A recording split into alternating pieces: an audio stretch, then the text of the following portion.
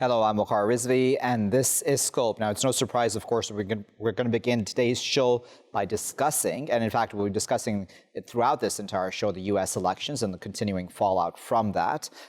As we go to air, we may very well be a lot closer to knowing who has actually won the presidential elections. The Electoral College number, as of now, as of this recording, is around 264 or 253, depending on which media outlets you're looking at and observing. A lot of the ones in the U.S. itself are sticking with the 253 number at this point in time, at least. Some of the more international media outlets sticking with 264. Nevertheless, the issues on the table right now are Donald Trump seemingly saying that he has already won the elections and then saying that he will now be challenging the vote count and the way it's happening at this point in time, saying that there are discrepancies there, that there are numbers that are just not adding up, in his opinion. His lawyers are on standby to take those cases forth to the Supreme Court if that does happen at this point in time.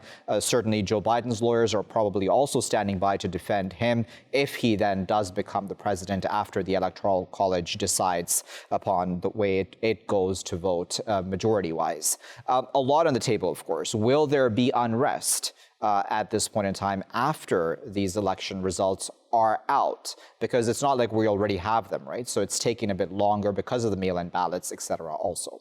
Let's discuss all of that a bit further. I'm joined by Dr. John K. White, who is a professor of politics at the Catholic University of America. He's joining us this morning from Washington, D.C. Joining us from Baltimore, Maryland, is Dr. Robert E. Koulish, who is a director of M-Law programs. He's also professor of government and politics and lecturer at law at the University of Maryland. Robert and John, good morning to you both, and thank you for joining us today here in Scope.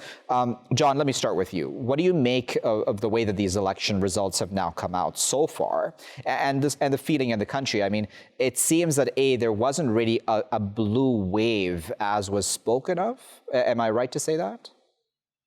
Yes, I think that's exactly right. What I would say is that Biden is, former Vice President Joe Biden is on track, I think, today to securing the 270 electoral votes.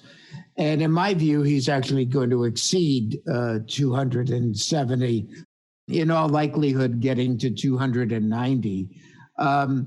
What we didn't see was a blue wave either in the House or Senate. In other words, the Republican Party is poised to maintain control of the Senate. That is far more likely at this point than not. That's a surprise. I think it's a surprise to them. And while the Democratic Party is also set to retain control of the House of Representatives, it's going to be by a slightly reduced numbers. So I think that's exactly right. The lawsuits and so forth that the president is initiating are entirely frivolous, and I don't see much opportunity for success there. And I do think that Americans will overwhelmingly accept the result of the election. Your thoughts on that, Robert, because A, I wanted to ask you about the blue wave and that not happening, and then B, about these lawsuits, right? Because at the very least, on the latter point, that again can be a point of polarization within American politics. Yeah, thank you very much for having me on. I would agree with your other guest, and there was no. There certainly was no blue wave. A lot of people were optimistic that there would be one. A lot of people were looking for a repudiation of Donald Trump. That did not happen. We could talk more about that. I think that a Biden administration, I do believe that Biden will get to 270 today. I think that Arizona will be called in his favor. I think he's just the state of Nevada away from getting the 270. I feel confident that he'll get Pennsylvania. I think that the litigation coming from Donald Trump is frivolous. I agree with that. There's really no legal issue that's been raised as of yet. Quite frankly, a meritorious claim or potentially meritorious claim would have to wait until the initial count was finished before you challenge irregularities. And so this is an act of desperation, and the Biden lawyers are equipped and prepared in each and every state to counter any challenge coming from the Trump administration. As for the lack of a blue wave, I think that's going to limit the power of a Biden administration in some important ways. The GOP maintains control of the Senate. The Democrats lost, it looks like, about 5 seats in the House. Yeah. So it is going to be a much closer, divided government. And you have Mitch McConnell, who's kind of on record as saying that he's going to try to nullify anything that President Biden does in a way similar to what he did under President Obama. So that really kind of dissipates a lot of the enthusiasm for a new Biden administration. It limits his power in terms of trying to legislate in a progressive way on issues pertaining to the Green New Deal and moving forward on immigration policy and economic policies. What it does do, let me just point out, is it allows him, though, using his executive authority to undo a lot of the harm that President Trump has put the country through in terms of executive orders and executive actions. You know, John, one thing that a lot of people are saying, and I'm sure you've read these sorts of opinions, is that it is sort of worrying. I don't know if that's a term, but it's indicative of where Americans are at politically, that Donald Trump still has so much support, right? He has a very strong support base, be they silent voters or otherwise, very vocal, because he hasn't done badly either in these elections. What are your thoughts on that? No, I think that's right. He has a very strong base of support, and the country remains polarized and divided. I think that's absolutely true. So I do think it's hard to govern the country, and I certainly agree that President Biden, which is inevitable at this point now, is going to certainly use executive power, as have other presidents, increasingly so. So I do see that, as a very likely outcome. I would say that I do think that Vice President Biden, though, has struck the right tone, not only through the campaign, but in his election night address and in his address to the country yesterday, which is a healing tone. I think that's absolutely right. I would say, just to conclude on this, that the pandemic is a crisis in this country. It is a growing crisis, and crises do give presidents opportunities to act. It's a very difficult thing to oust an incumbent president. It's a rarity in American history. And Biden was the only Democrat, in my view, who could do that. I wonder, though, we're talking about executive orders, Robert. Is that the way? I mean, that's obviously not the ideal way for a president to lead, right? Because you would want bipartisan support on any given policies that you may want enacted, either domestic and or foreign. What does that then mean for the next 4 years if, of course, we're talking about the hypothetical situation that Biden is confirmed as president? That just makes his life a lot harder, because it's not like even back in the Obama years, of course, he had a difficult time at a certain point also with the Republicans. But now it seems that the atmosphere is a lot more partisan, isn't it? Yes. The atmosphere is toxic, and I am pleased that there's been just a minimal amount of violence over the last couple of days, and it's been very peaceful. And the Biden campaign has acted with a lot of maturity and leadership. I agree with that comment. In terms of acting with through executive actions, that's a very difficult thing to do, and I would just like to distinguish between the fact that I think Biden will have the authority, unquestioned, to undo a lot of Trump's executive actions. For example, there's been over 400 executive actions on immigration alone. That's how Trump has kind of decimated the immigration system. So Biden can undo a lot of those things, including the Muslim ban, which I think is very important. Now, in terms of governing through executive actions and executive orders, I think that's going to be much more difficult for Biden because just as the Republicans took Obama to task for executive orders and kind of nodded his attempts at executive orders on immigration issues in court, I think that their strategy will be to try to limit even what a President Biden could do through executive orders. So I think that's a tenuous path. I think that raises a lot of questions, and we're in very perilous times. I would just like to go back to the point that in terms of the polarization of the country, and the country has witnessed and experienced what President Trump has done and how he has mismanaged COVID. He was impeached. And even through all that, it is almost as if nothing has happened over the last 4 years. The vote count is too close for comfort to what it was in 2016. Yeah. So it's as if the American people just, we haven't learned our lesson yet. And I find that a very scary thought in terms of what's ahead. We may be post-Trump, but it remains an open question whether or not we're post-Trumpism. Indeed. And on that point, that I wanted to give you the final point, John, before letting both of you go.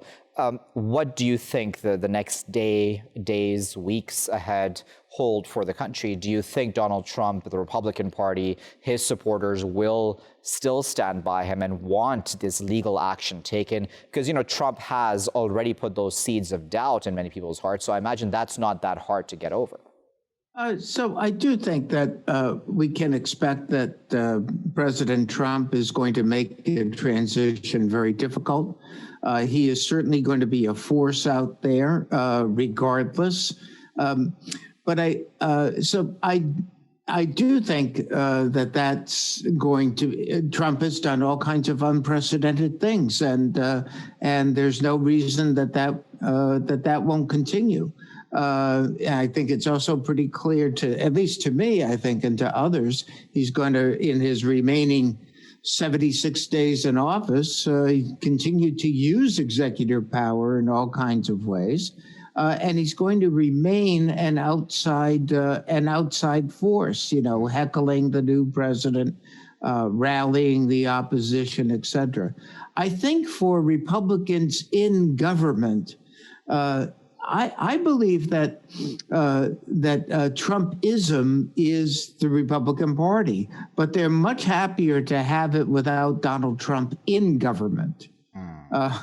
And that's why I think that Republican senators and so forth have not joined with the president in his lawsuits, but have stood by, count every vote. And I would want to say two other very quick points. Sure.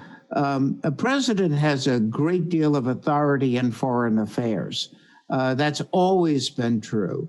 And that's where Biden can make a very important difference. And one of the other effects of the Trump presidency has been to decimate our governmental institutions, to strip government of expertise or threaten to do so, like firing Dr. Fauci. I think that's going to stop, and there's going to be some institutional restoration in intelligence agencies, in the Justice Department, in the cabinet level departments of government. That's very, very important. Very well. We'll leave the final point with John and Robert, but we do sincerely appreciate both of them for taking their time out of their busy schedules to share their expertise with us on the latest coming out of the U.S. elections. As I said, of course, as of this recording, the results are not confirmed. We will continue discussing this, so right after this break.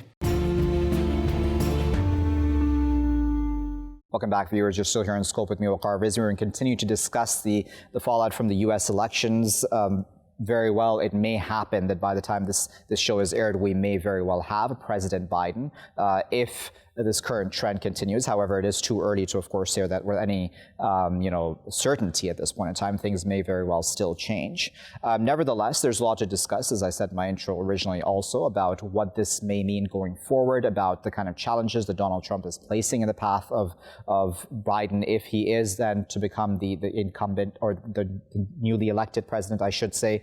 He's already spoken about a fight possibly at the Supreme Court. Will that actually happen? Donald Trump seemingly has already put doubt into at least his own voting base's minds, I would think, about about how authentic these results are overall. Let's discuss all of that a bit further with our esteemed panelists who are joining us now. We're joined by Dr. Aaron Houck, who is an associate professor of political science department at the Queen's University of Charlotte. He's joining us this morning from Charlotte, North Carolina. Joining us from Delaware, Ohio, is Dr. Brianna Mack, who is an assistant professor of politics and government at Ohio Wesleyan University. And joining us on the line from Cambridge, Massachusetts, is Dr. Charles H. Stewart, who is a professor of political science at Massachusetts Institute of Technology. Charles, Brianna, and Aaron, good morning to all three of you, and thank you for your time this morning here in Scope. Charles, let me start with you. What do you make of how things have developed so far? Donald Trump coming out fairly early on and saying, seemingly at least, that he had won the elections, and that he was casting doubt on the vote count, mail-in ballots, all of the above. Not completely unexpected, but still not a good sign, is it? Well, you're exactly right on both points. Not at all unexpected and not a good sign.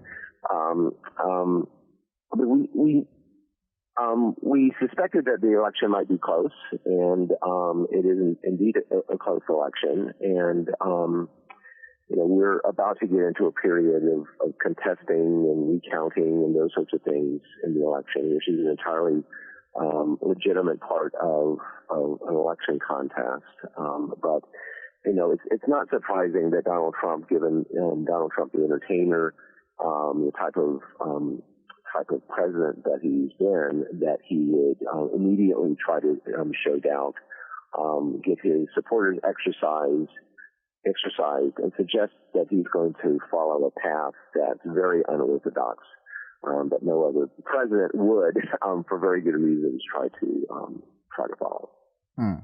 Brianna, as Charles mentioned correctly, of course, this sort of process, even if there is a legal process that begins soon, this sort of process is not completely, foreign to American politics. Do you think that this will all remain mature, if I may use the term, and calm on the streets as well?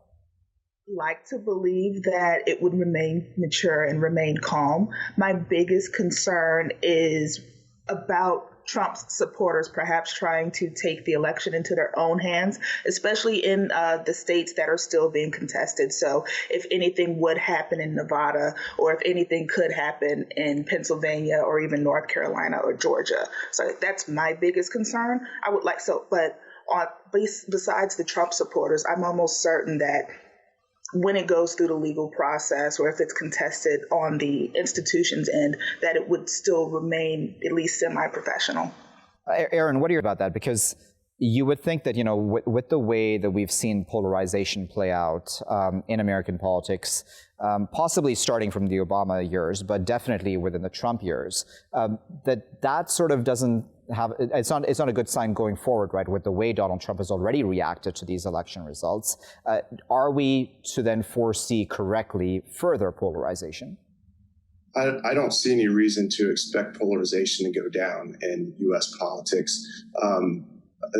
Democrats and Republicans have very different sets of values that they are trying to transform into policies, and they also feel very strongly that the other party is wrong.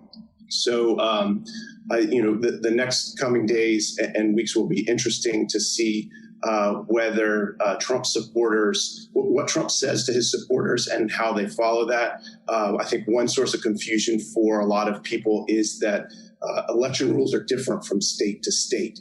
And so if his supporters are hearing on the news about counting rules or voting procedures in one state, and they don't realize that it's different in another state, they may be confused or think there's something untoward going on when it's just a matter of different processes in different states.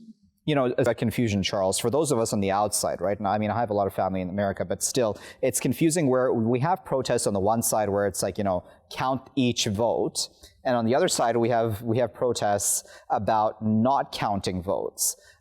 For the sake of our audience, could you clarify that, and what your thoughts are about those two seemingly opposing protests? Right. Well, Donald Trump, President Trump, has certainly confused things by his rhetoric about vote counting in the U.S. I mean, here's the simple. I think it's actually pretty simple. In the United States, as in the rest of the world, quite frankly, the election authorities spend the time that they need in order to count all of the votes that have come in during the course of the election. The slight little complication that President Trump is, I think, taking advantage of and sowing confusion about is that there are some states that allow postal votes to arrive after Election Day, having been mailed on Election Day or before. And President Trump has used rhetoric, and actually at times outright stated falsely, that people are actually voting after Election Day. In fact, he said he has already said after the election was closed that people were voting, which is entirely false. But we've always taken the position that when ballots arrive during the legally prescribed time, then those are legal ballots, and that they are counted. They are counted. All of our states have what's called a canvass process, where the ballots are counted and all the paperwork is double checked. And that canvass process is usually takes at least 10 days or 2 weeks to complete. So that's just basically the issue, and the confusion is to imagine or to suggest that what's happening is that election officials or political supporters are getting a peek at the results and then basically stuffing the ballot boxes or otherwise doing something fraudulent to add an additional set of votes in order to deny President Trump the election. So that's the stop the counting rhetoric, is to basically stop the counting of the legitimate process. The final thing I would say is that the reason this has become an issue is that Democrats have been much more likely to use mail balloting this cycle. And so President Trump recognizes that the late arriving ballots, which will be by mail, are more likely to be for his opponent, Joe Biden, and that's the strategic reason he wants the counting of those ballots to stop. But so far, it's a legal process. It's established before November 3rd, and the counting is going forward. Brianna, one which is interesting again, and a lot of observers, and as I'm sure you've already read and heard from them, have said that there hasn't been the kind of blue wave that a lot of us were expecting, right? That anti-Trump wave, however we may term it. He has a very strong voting base. He has a very strong support base. He hasn't done badly in these elections. What does that say to you, do you think? Well, as I've been telling my students throughout the semester, I've been telling them that the silent majority is a force to be reckoned with in terms of like the big congressional races, the Senate race in South Carolina, the Kentucky Senate race. Mitch McConnell was reelected. Even here in Ohio District 1 and Ohio District 12, where OWU is, had very strong Democratic challengers, but in both of those cases, the incumbents won, the Republicans won. And while there was like some shock or confusion about it, I, for one, was never surprised, because while we are sitting here and watching perhaps for the first time, at least, in the, since the 2010, so 2010, 2012, that we've seen Republican power surge, especially within Congress. I guess it's just people, Democrats in particular, younger individuals, are just now figuring out that the silent majority, that this Republican base is really strong in these areas. I'd even be willing to go out on a limb and say at this point, Ohio is no longer a swing state. Ohio's a Republican state. That's interesting, isn't it, Aaron? Because again, whichever way and whichever side of the aisle we may be on, Donald Trump has said some very controversial things already during his first tenure as president. And for him to then still have the kind of support that he has, that also is something that a lot of people are speaking about and saying, what does that say then about American society? I mean, I don't want to overstate this, certainly, and you can correct me if I'm wrong if I am. But what are your thoughts on that? I think a lot of Democrats and liberal-leaning people in the U.S. were hoping that the 2020 election would be a repudiation of Donald Trump and his rhetoric. There was some hope among those people that in 2016, voters were doubtful that some of these worst-case scenarios about Donald Trump would come to fruition. But over his 4 years in office, he never toned down the rhetoric. He never, it was never the day where Donald Trump grew up and became president of the United States. Nearly 250,000 people have died from the COVID pandemic. And so there was a hope among Democrats and liberals that this election, swing voters would turn out and repudiate Trump and turn back to a more normal, if you will, boring politics with Joe Biden. But what we've seen is that Trump supporters turned out in record numbers. This is going to be the highest turnout election in the U.S. since 1900. So it appears that voters knew who he was in 2016. He delivered on what they thought he was going to deliver, and his supporters turned out to vote for him again. Now, having said that, even more people, it appears, turned out to vote for Joe Biden and for Democratic candidates. So there's a sizable proportion of the American electorate who does want to see something, very different. But the choices that were presented to the American voters were very different, and both voters for both sides were very clear in their preference. And then, of course, there's the important issue, of course, of Senate and Congress and the makeup of that. The House of Representatives still seemingly in the hands of Democrats, although I believe they've lost a number of seats there, at the very least, maybe 5, if I'm not mistaken, last count. And then Senate is still very much in the hands of Republicans. That will very much make life hard if Biden is confirmed, wouldn't it? Oh, absolutely. And, when President Obama was president, he faced, after his first term, he faced a Republican Congress, and Mitch McConnell famously said that his goal as a Republican leader was to make Barack Obama a one-term president. He wasn't successful in that, but certainly threw up really oftentimes insurmountable roadblocks to President Obama achieving anything. And I think we have to assume that the Republican majority of the Senate will continue to be as obstructionist as they have been, and both in dealing with the president and dealing with the House of Representatives. I will say I do think that one difference will be, and this is where it does make a difference, that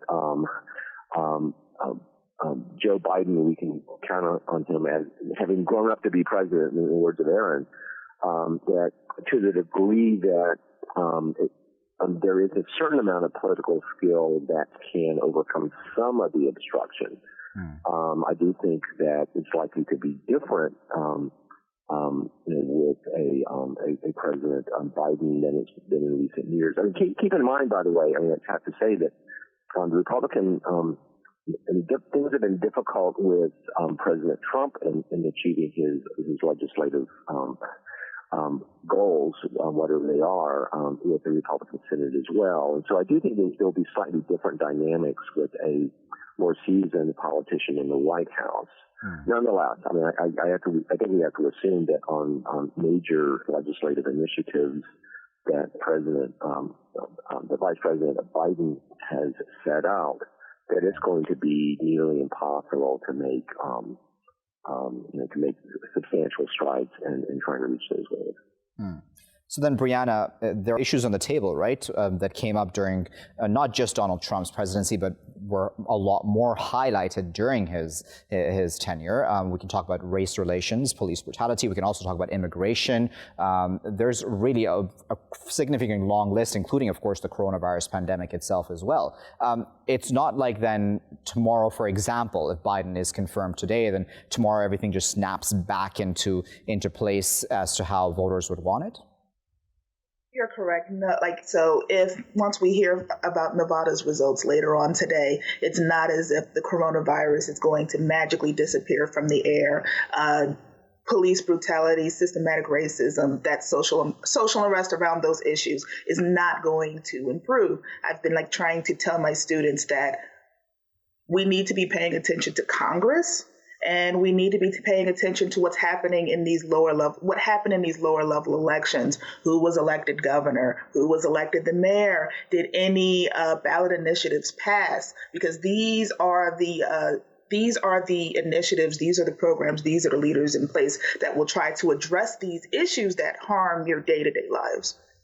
So then, Eric, what are your thoughts on that? Because, I know you're an expert in judicial politics as well. There's a lot there on the table then when it comes to, for example, the prison system. And I know these are very macro, big issues which the U.S. has been dealing with for many years. But does this become automatically better under Biden is I guess what I'm trying to ask.